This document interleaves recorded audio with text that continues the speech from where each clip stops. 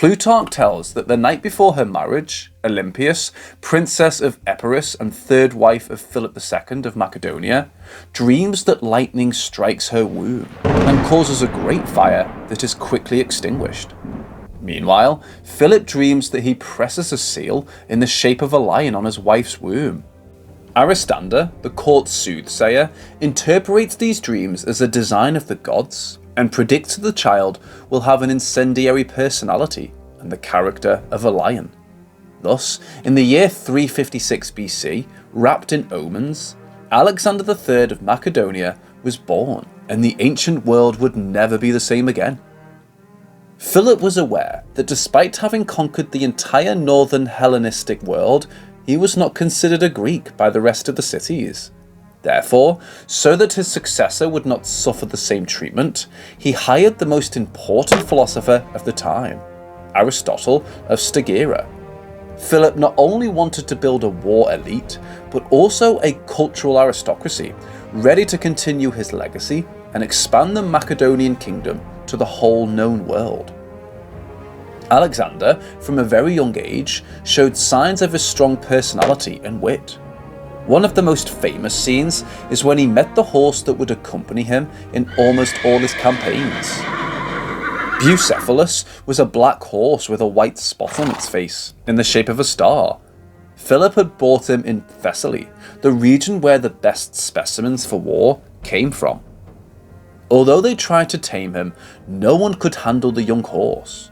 Alexander, seeing what was happening with only 15 years old, realised that Bucephalus was being frightened by his own shadow, and so he took the reins and put him in front of the sun.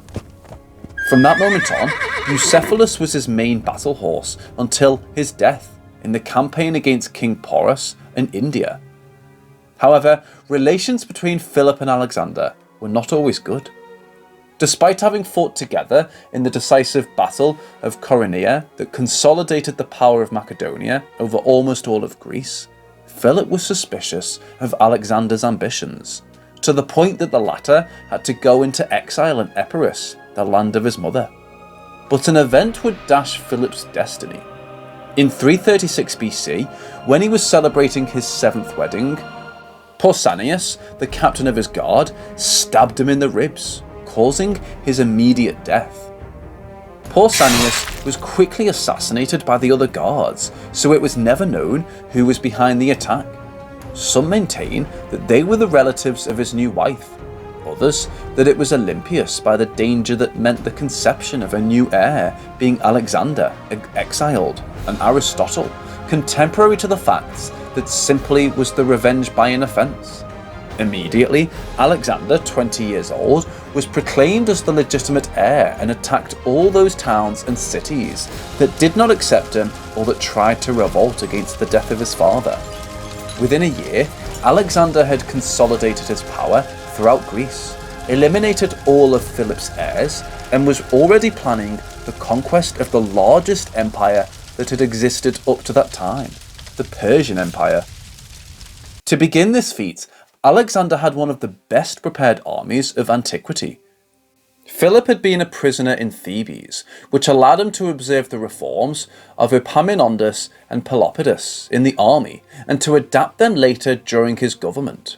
Based on this experience, Philip modified the army, especially the heavy infantry, creating the phalanx, a group of 16,384 soldiers organised in different units with well-established hierarchies.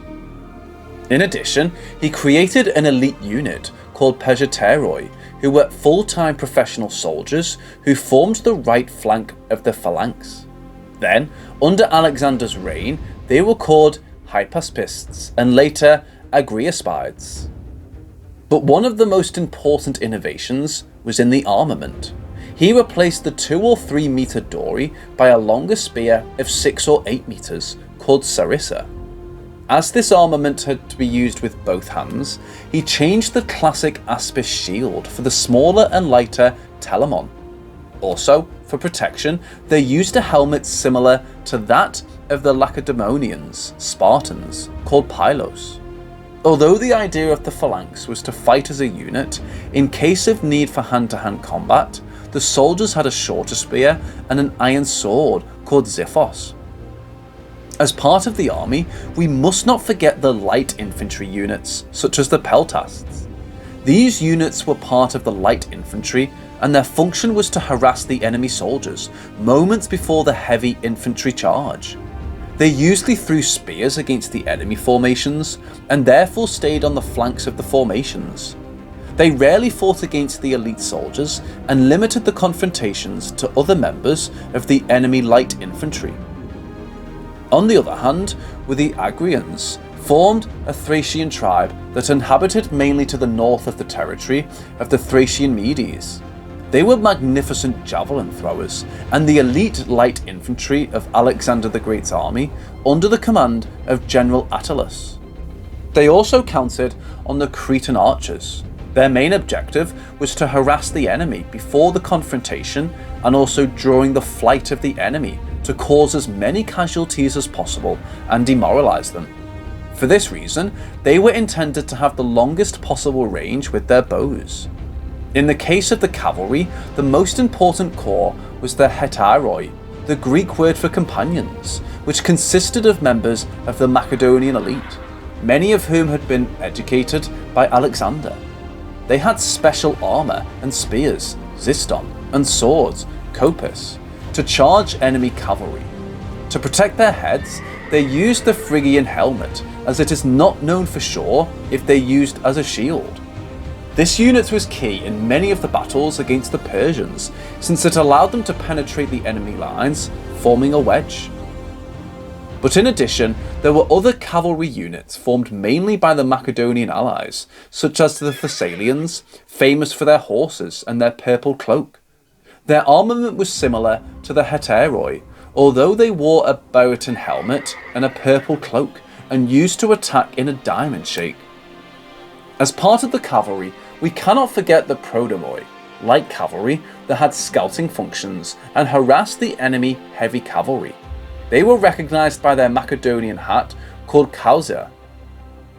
All these forces were constantly trained, and also had a corps of engineers specialised in sieges that created really advanced assault machines for the time, as the colonne that was used in the sieges to destroy the gates of the cities.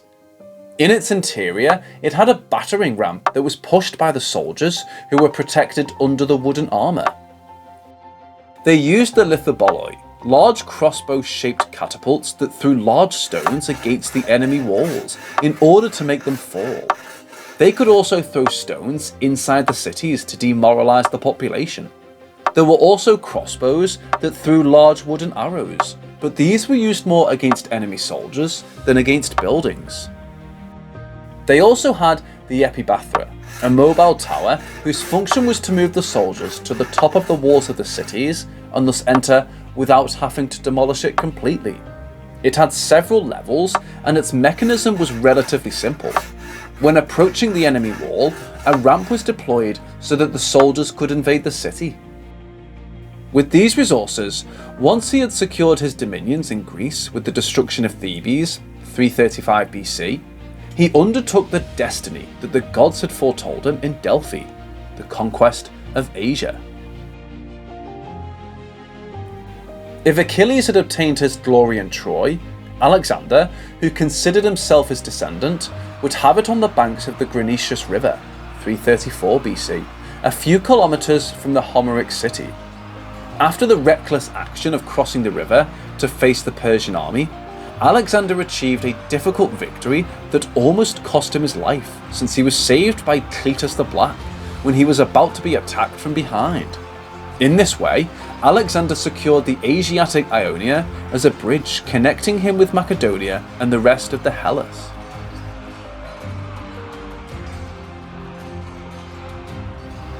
In his incursion into Asia, he not only took charge of battles, but also visited the most important sites in the area to symbolically consolidate what he achieved on the battlefield. Thus, he visited Gordion, where the famous knot was located.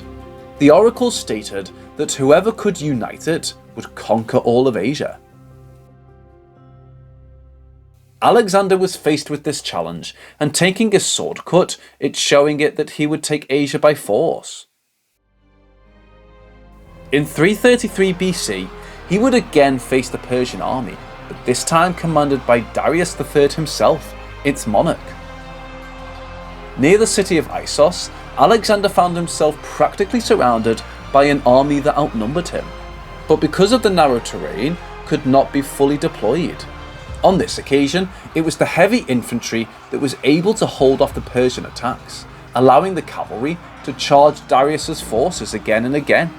At one point, the centre of the Asian army split, and Alexander charged directly with his companions against the elite cavalry of Darius, who, seeing himself in danger, fled the battlefield, leaving his people and even his family abandoned.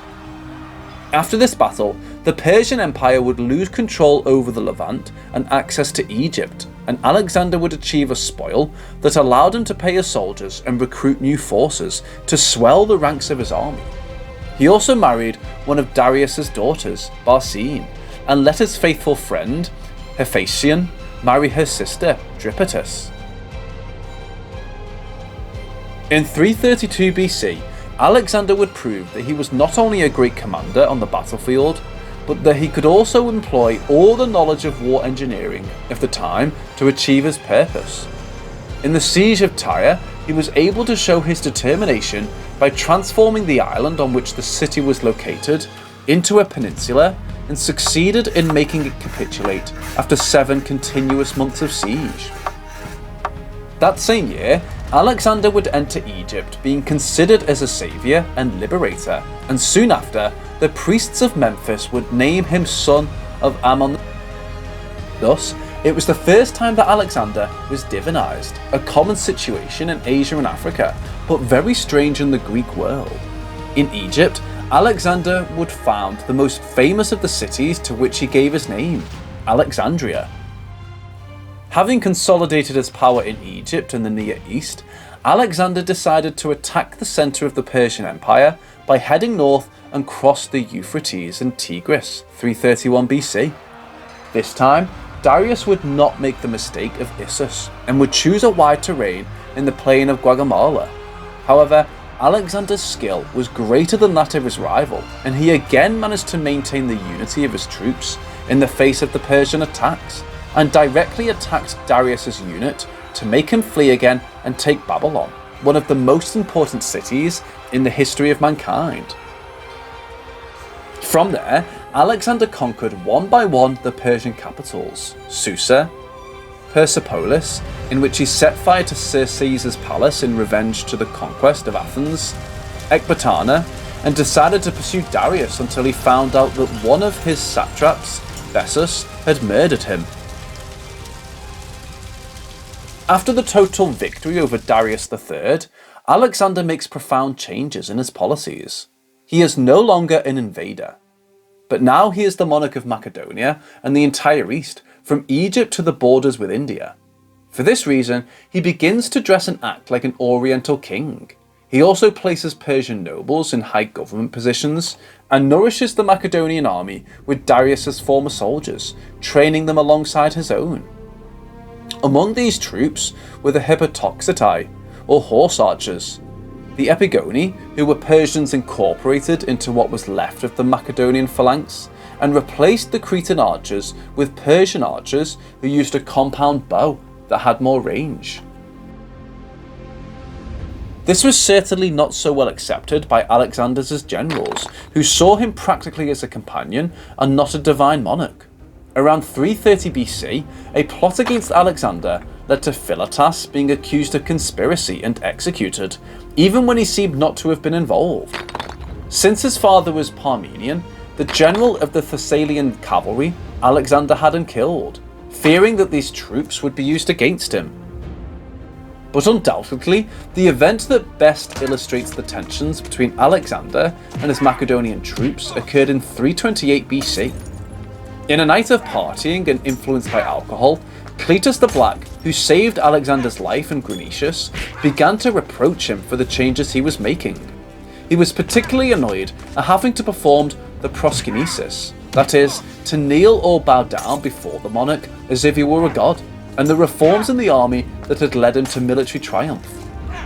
Alexander takes a golden spear and throws it into the chest of his friend, causing his death. Although the ancient authors agree that Alexander was strongly depressed after this action, the truth is that this action demonstrates the separation that was being generated between the Macedonian generals and their king. After marrying Roxana, 327 BC, Alexander continued his journey eastward to the current country of Pakistan. He considered that the end of the known world was near, but his soldiers were tired of almost 10 years of constant fighting and asked to return home. The king reluctantly agreed, since he had defeated King Porus, but without his troops he could not continue. Therefore, Alexander felt that he had to re-establish his dominion, since he was now the new ruler. But never before had a Greek army succeeded in entering this part of the world, so the whole expedition was surrounded in an atmosphere of mystery and discovery. He considered that the end of the known world was near, and it was his desire to arrive and dominate everything. But for that, he had to defeat King Porus, who ruled over 100 tribes scattered throughout the Indus Basin.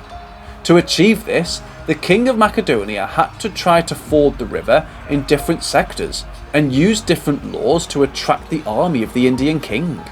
He had also to show his commanding ability to manage his army in the mud, and in the face of forces that were far superior in numbers, though not in armament or training.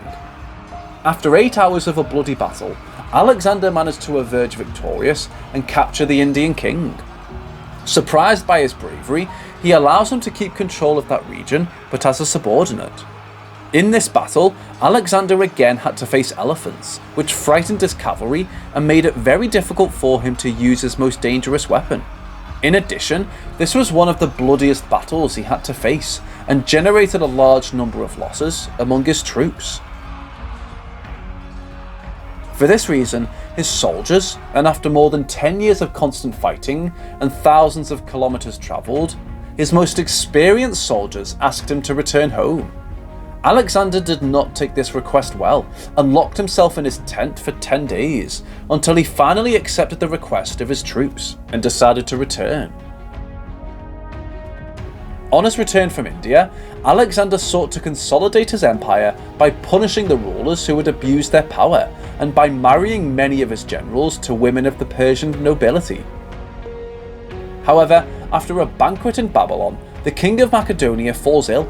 Some argue that it could have been the Nile fever, others malaria, and other historians argue that it could have been a poisoning. On June 10th, 323 BC, Alexander dies at the age of 32. Like his ancestor, Achilles, he had a glorious and brief life.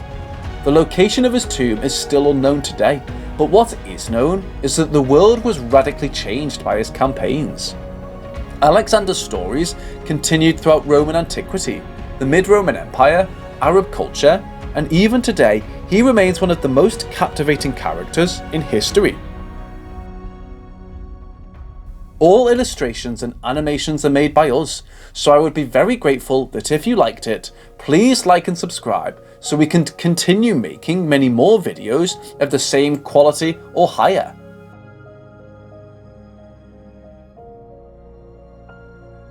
Thank you all very much, and see you in the next video.